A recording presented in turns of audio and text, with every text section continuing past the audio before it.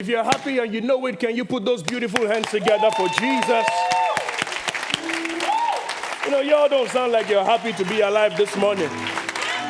But if you know that the Lord woke you up this morning,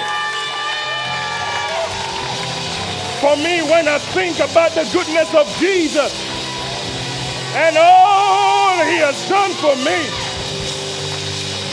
somebody shout hallelujah! Woo.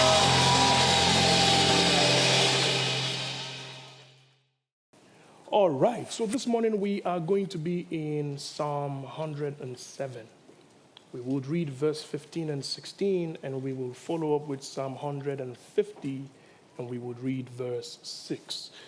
Okay, it reads in this wise: Oh, that man would praise the Lord for his goodness and for his wonderful works to the children of men. For he had broken the gates of brass and cut the bars of iron in sunder. I'm going to read it again. For he had broken the gates of brass and cut the bars of iron. Let me speak and prophesy without shaking my head that every gate, everything the enemy has orchestrated against your life, by the authority in the word of the Lord, I declare it comes to an end. Listen to me, if it has a name today, I curse it in the name of Jesus. Let me not get too excited. Psalm 150 and verse 6, it says, let everything that had breath praise the Lord. And it says, praise ye the Lord. Somebody give a Lord a shout in the house this morning.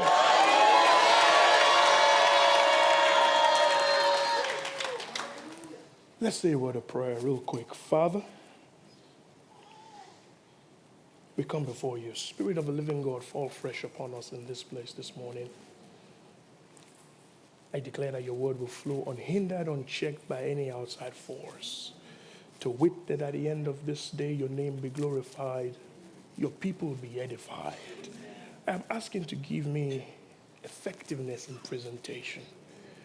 I'll be so effective that sickness will disappear. I'll be so effective that diseases will take their leave. I'll be so effective that broken marriages will come back together. I thank you for it. In Jesus' name we pray. All right, so let me start this way. So in theology, there is a concept of attributes of God, the communicable and incommunicable attributes of God. But not to bore you, communicable attributes of God talks about attributes that God shares similarly with man. So on the incommunicable side are attributes that are exclusively his. For example, God is the only one who is self-existent, meaning that his existence does not depend on anything outside of himself. You and I require other things to support our existence. For example, I require those gentlemen to turn the heat on so that this place will be conducive. But if God were to come in here cold, hot, it doesn't really matter to him. Communicable attributes of God then become attributes that God shares similarities with us. These are the attributes of God that we can relate to. For example, the choir sang there, his promise still stands, great is his faithfulness, I'm still in his hands. And I was looking for Kester earlier on. Kester, you sang that song. Have you seen the hand of God before? Like literally, have you seen the hand of God? No, he has not seen the hand of God, but yet he sings about the hand of God. I've not seen the eyes of God, but the Bible says his eyes run to and fro. So this is God being described in what is called anthropomorphic terms, meaning it has similar qualities to us as human beings. So then, the whole idea here is to help us understand the personhood of God. For us to know that we can relate to God because God is somewhat like us, even though without the limitations that we have. And so it is here then that we are introduced to the fact that God is a person. In fact, he is one God in three persons: Father, Son, and Holy Ghost. He is God in creation. He is Jesus in redemption. He is the Holy Spirit in regeneration. And so let me take it a little step further and talk about the knowledge of God. This is one of the communicable attributes of God, the knowledge of God. The knowledge of God is a perfection of God in which God, in an entirely unique manner, knows himself and everything as possible and actual. I say that again. The knowledge of God is the perfection of God in which he, in an entirely unique manner, knows himself and everything as it can possibly be. The knowledge of God, my friends, is also what they call archetypal, meaning that God knows all things in his finite, in his existence. He knows everything before anything ever existed. And so the knowledge of God introduces us to God as being omniscient and all-knowing. So you see, the prophet will only prophesy in parts. 1 Corinthians 13:9 said the prophets prophesy only in parts. But God's knowledge is not piecemeal. God knows all things end to end. Let me talk about a deeper knowledge of God, which is God's knowledge of you and I. God speaking to Jeremiah in chapter 1 and verse 5 says, Jerry, before I formed thee in the belly, I knew thee, and before you came forth, I ordained you. My friends, God created us, and before he created us, he actually had us on his mind, which means that God's knowledge of me predates the consummation of my father and mother's relationship. God already knew me before my father ever got to meet my mother. Interesting. And so, let's go now to Ephesians chapter 1 verse 4. But before I go to Ephesians chapter 1 verse 4, let me pause, let me rewind. Jeremiah 1:5. The word know there is the Hebrew word yada. It means God knows by differentiation. It means God knows by recognition. So which means that when you call on God, God will not answer me. When you call on God, he will answer you. I just want to ask, anybody here ever called on Jesus and you had him answer you? That is because God knows us distinctly. Moving on. Ephesians chapter 1 and verse 4, the Bible says we're chosen in him before the foundations of the world. So not only does he know you, he has chosen you. In chapter 2 and verse 20 of the book of Ephesians, he says that you are God's masterpiece. Or you're God's workmanship. So what that means is that the way you are, with your shape, with your size, with everything, you are God's masterpiece. So I've been going to the gym for a long time now, but I still have some little bits of, the parts are not fully developed. But guess what? I am God's masterpiece. I know, you know what? I know you've been wanting to be like 6 feet tall, but you're not anywhere close to it. But guess what? You are God's masterpiece. I came to tell somebody who is facing a challenge with their physical body, listen, the way you are, that way exactly you are, with your plus size, you are God's master.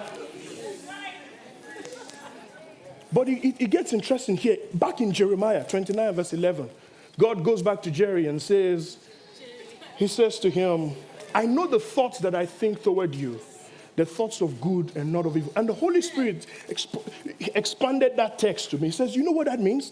It means that for anybody to think it ill for you and it will come to pass means that the person has to go back into my mind and reprogram my head in such a way that I will align with what he is saying. For who is he that speaks and it comes to pass when God has not spoken? Listen, let me tell you something about God's thoughts towards you. It is generational. The Bible says one will serve God and it will be counted unto him for a generation. Listen.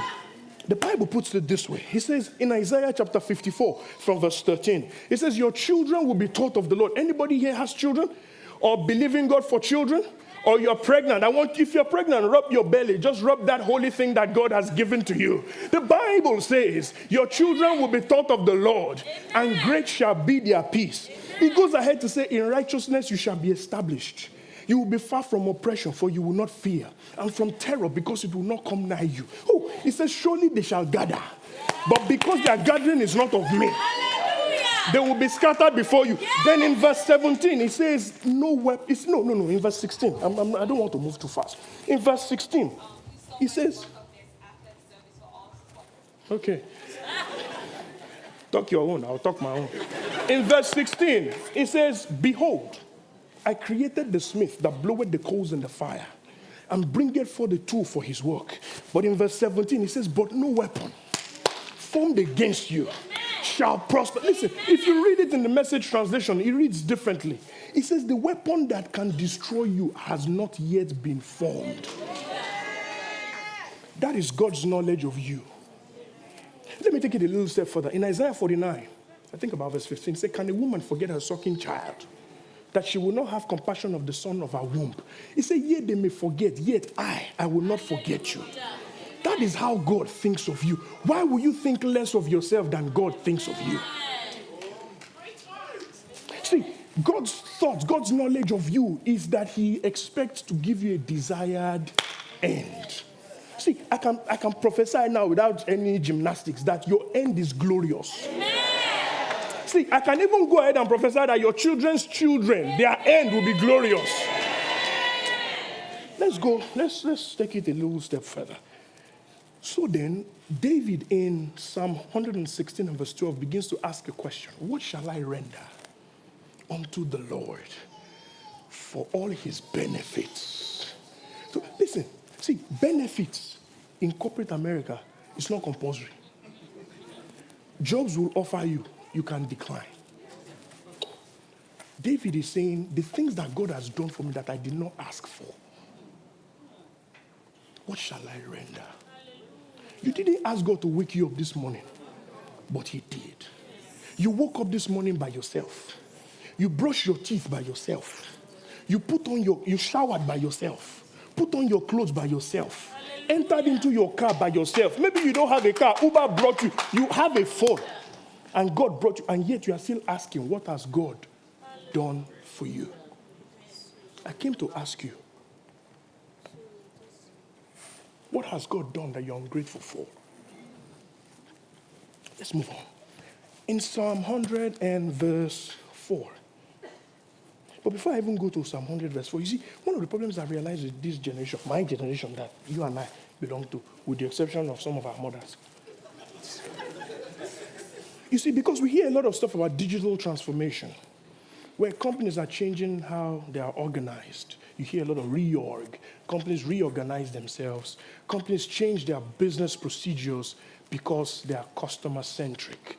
They want to make sure that the customers have better user experience, better user interface. We hear things like business agility, where companies are trying to get a competitive advantage in the market. We hear things like that, net promoter score, all those kind of things that are customer-centric. And a lot of us have the nerve to assume that God is your business. That because businesses put you first, you assume that you can afford not to put God first in your life, and yet you are king as far as God is concerned. Yes, you're a royal priesthood, but on God's terms, not on your own terms. We need to quickly be reminded about that. It bothers me, my brothers and sisters, that we are living in a generation where we are so full of ourselves that we forget to thank God for anything. It even bothers me more so that I'm possibly raising children in a culture where gratitude and appreciation is fast fading away. It bothers me. But in Psalm 100 and verse 4, it says this: I will enter his gates, with thanksgiving, and into his courts with praise. Let me quickly say, in the gates are where decisions are made, and the courts are where decisions are upheld. See, the problem sometimes is that some of us are trying to enter into the court without going through the gate. We are trying to get the court's decision without even knowing what the court actually, without knowing the law that's working in favor of us. How do you go to court to plead your case if you don't know the law that is functioning for you? That is what happens when you try. You see, the reason some of us struggle when it's praise time in church, you know why? It's because we have not even gone through the process of thanksgiving. And so when Kester is singing, you cannot praise along. It's a struggle. So Kester is singing at the top of his voice, almost losing his voice because he's trying to get you to praise. But you cannot praise because you're not thankful. And God is saying there are new dimensions you need to get into, but you cannot get into it unless you go through thanksgiving that takes you into praise. So what is thanksgiving? Thanksgiving is acknowledging God for what he has done, thereby reminding him of what remains. You cannot go to God's presence and remind him of what he has not done without you first thanking him for what. Thank you, Holy Spirit. So there's a concept in psychology I found out recently. It's called the Zeigarnik effect. Zeigarnik effect simply means that a study was done and you realized that the mind tends to remember things that are not complete much more than it would remember things that were complete. And that's what happens to a whole lot of us. We're quick to remember what God has not done, but we forget what he has done. See, it's in praise that we begin to acknowledge God for who he is, thereby invoking his power to manifest the supernatural. It's in praise that we see the supernatural taking place. Praise is thanking God for what he said, prevailing circumstances regardless. See, praise is a bridge, it's a bridge, closes the bridge between where you are and where you want to be. Praise is your link from where you are to your desired end. And so, it says, enter his gates with thanksgiving and into his courts with praise. I'm thinking about a word now called, the word is habitat. Talks about the natural environment of an organism. So when we think about a fish, you think about water, right? When you think about a bird, you think about the sky. Psalm 22, think about verse 3, it says, God inhabits. So if you are looking for God's habitat, if you are looking for the best of God, you find it in praise. You find the best of God. See, you will find the rest of God in praying. In all those other things, you will see the rest of God. But when you're looking for the best of God, switch gears into the realm of praise. It's in praise that we see a manifestation. Let me walk you through it. So in Acts chapter 12, thank you, Holy Spirit. In Acts chapter 12, the Bible says that Peter was put in prison, but prayer was made without ceasing of the church unto God for him. Listen, the end result of this text is that God sent an angel. Church prayed, God sent an angel. When we get to Acts chapter 16 and verse 25, the Bible says at midnight, Paul and Silas, they prayed. But in addition to their prayers, they added just a little bit of praise. And the Bible says that there was an earthquake. Listen, God is sending an earthquake in their life. See, the kind of praise we are giving God today is going to provoke an earthquake. Everything that's been out of order. Can we just practice can I give you 30 seconds? Just open up your mouth. Come on, Yvette. And give God a kind of praise that you have never given him before. Come on, Holy Ghost. Come on, Holy Ghost. Yes, Shandaba Kotaraba. Yes, Shandaba. We praise you, Lord. Yes, Lord. We've seen you move. We've seen you move, Lord. Woo!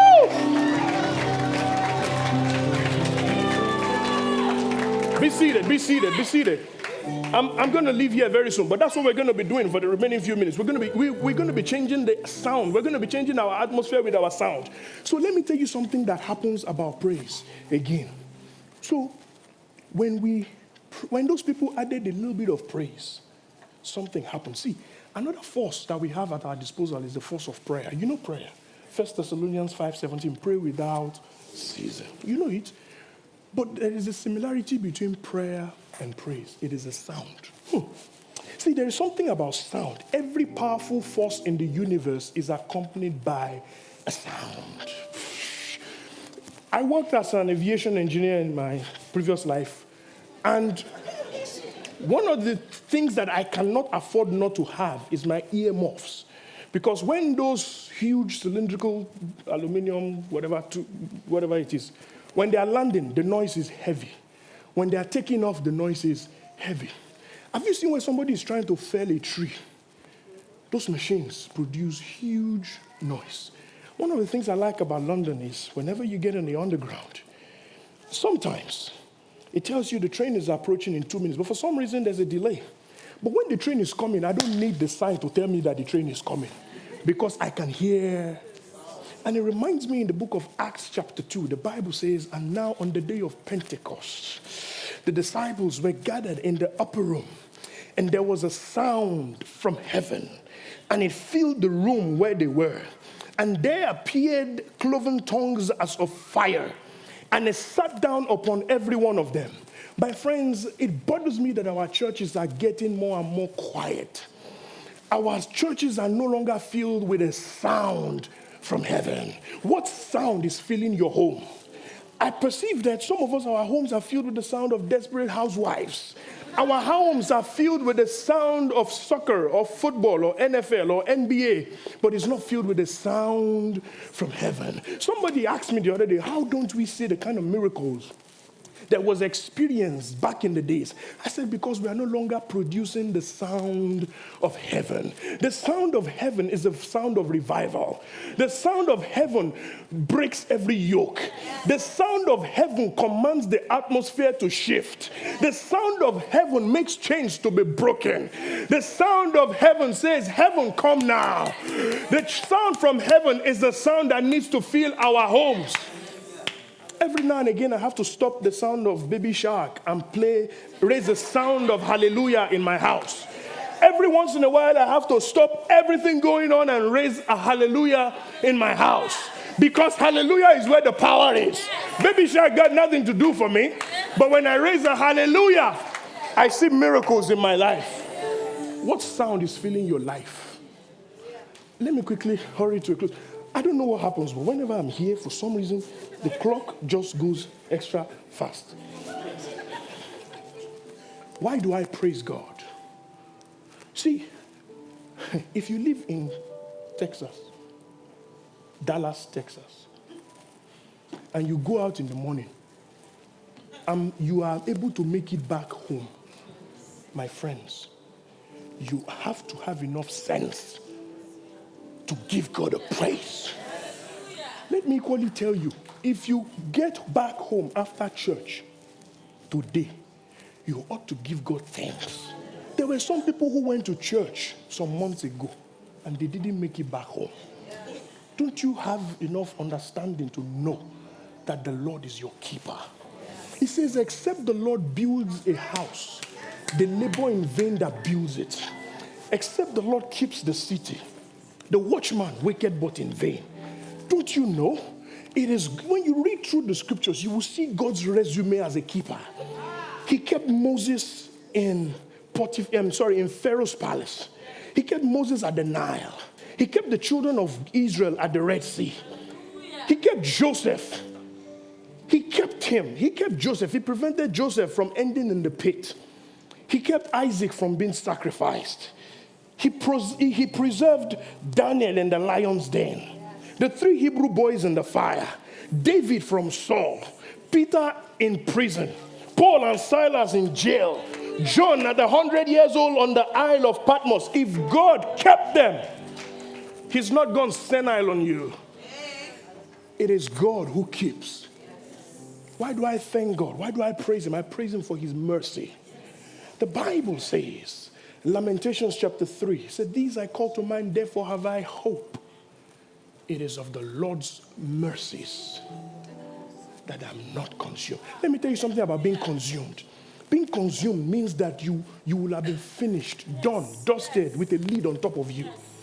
But he says, because of his mercy, I am not consumed. See, let me tell you something. Let me tell you real quick. See, in my life, there are many things that I cannot help myself with. Let's get it clear. There's so many, well, maybe you all have it under control. There's some things that I cannot help myself with, but there's something I am not in life. I am not hopeless. Help me preach to your neighbor and tell him I'm not hopeless. The Bible says, therefore have I hope. Why? Because of the Lord's mercy. Let me tell you something about mercy. Mercy means I did it, I was guilty, but God exchanged places with me. Mercy means that I was caught red-handed, but God exchanged and traded places with me. So why will you not be filled with praise for that kind of God? Mercy means that God allowed it to pass over me. It means that you should have been given the punishment. But God said, no, pass over. See, some of us are standing here because God allowed some things to pass over you. If you're that one person, can I just hear you raise a hallelujah? Can you give God a praise? Can you give God a praise? Can you give God a praise?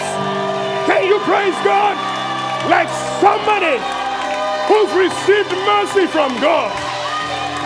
Give God a praise. Give God a praise. Give God a praise. Woo! Few more minutes. Why do I praise God? I praise him because he's a game changer. Let me tell you something about this one. Oh my God. So the Bible says that Jesus attended the wedding. In John, Jesus attended a wedding. I love it. See, Jesus went there and the Bible says they ran out of wine. You know that story. You all know it. And the Bible says they called on Jesus. Jesus was trying to have a conversation with his mother. Well, it's time, it's not time, it's time, it's not time. Anyway, long story short, he said, okay, fill the water pots, fill it with water. Do you know, when the servants were taking water out of the jar, it was water when they took it out. But when they delivered it to the master of the ceremony, it was wine. Hallelujah. And as I was preparing this text, the Holy Spirit reminded me that God can do something with my watery life. God says I should tell somebody, your life feels watery. You know, they taught us in chemistry, water is tasteless, odorless, colorless. That's how your life is at the moment. But the Bible says, by the end of today's service, he's bringing wine out of your life. See, I praise God because he can bring wine out of my watery life. And you know, when I was putting this presentation together, because of the way I do my things, I had my sticky notes here and there. But there was one sticky note that was not fitting in the presentation. And I was asking God, Lord, what about this? I wanted to say, if you've not been part of my watery life, please don't show up when God turns it into wine. But the Holy Spirit cautioned me. He said, listen, the master of the ceremony, the Bible says he did not know where the wine came from. Let's go. He did not know where the wine was coming from, but he partook of it. And the reason he had to partake of it is that God has to set you up for some people to announce you. So God says I should announce to 3 or 10 people here this morning. Some people are about to taste wine.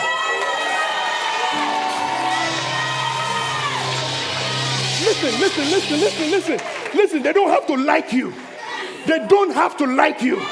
But when God turns your water into wine, no demon of hell. Can you praise God for your wine?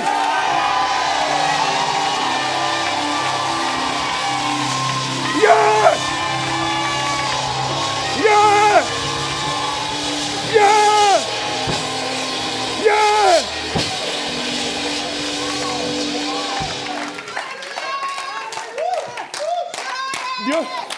The other day, I just remembered this. I exchanged a message with one of my friends here. I said to her, I said, listen, the Holy Spirit put you in my mind and says to tell you that something is going to happen in your life very soon. Your only explanation will be mercy. Mercy. I just needed to throw that in the atmosphere. I don't know who that is for. But one other reason why I praise God is because he gives victory. Please, Evie, I need you to help me with 2 Chronicles chapter 20 and verse 22. I'm getting ready to close. I'll negotiate with those people. They'll give me some extra time. I know them. They're my friends. 2 Chronicles 20 and 22, please. I need the church to read this one. Oh, Lord. We don't have it. Okay. The devil's a lie. I'll find it myself. Second, do they have it? No? I need us to read this one together.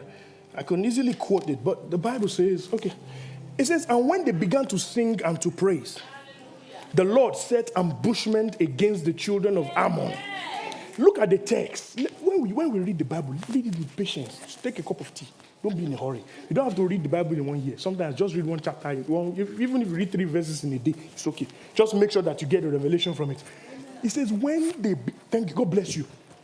And when they began to sing there are some things God will not do in your life until you begin to. See, the reason some things are not done is because you have not begun to sing and to. When you live here, some of us need to change our playlist. It's not every time you just be.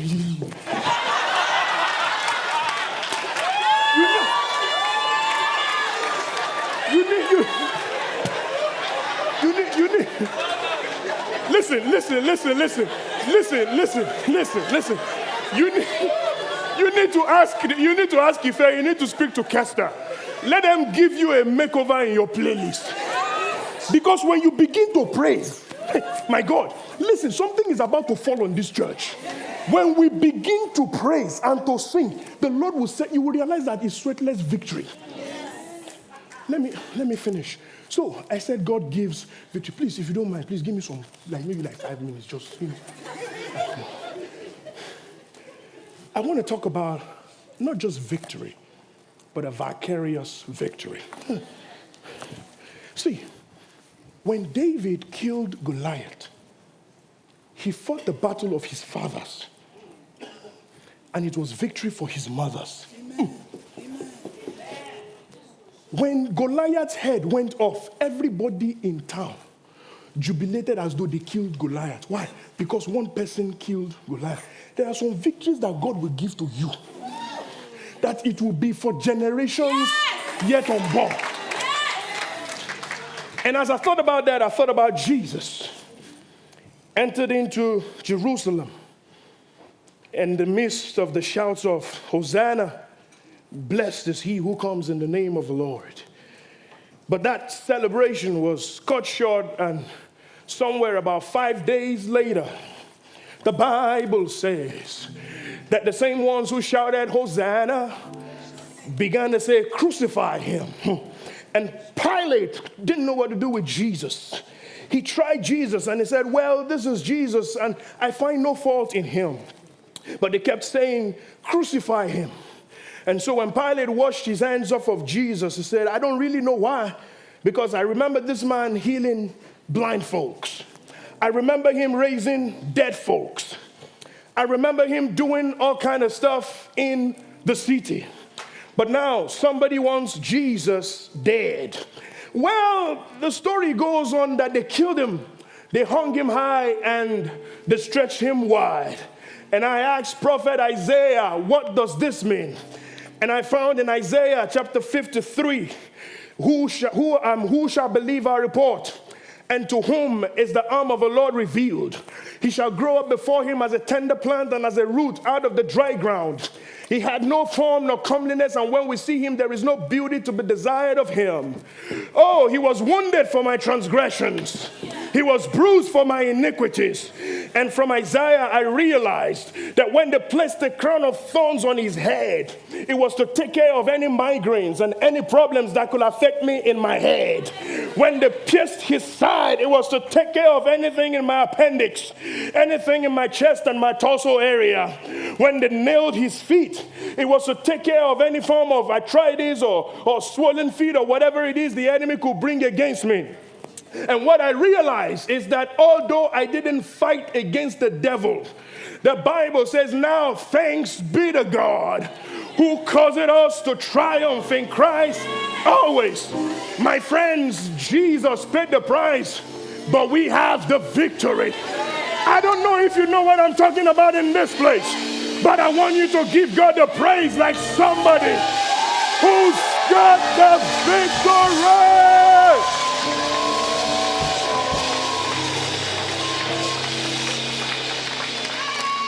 I've got the victory. Well, for the more religious folks who are wondering, oh, the pastor didn't announce a text. Can you help me slap 3 people and tell them, put a praise on it? Put a praise on it. Put a praise on it. Put a praise on it. I finished.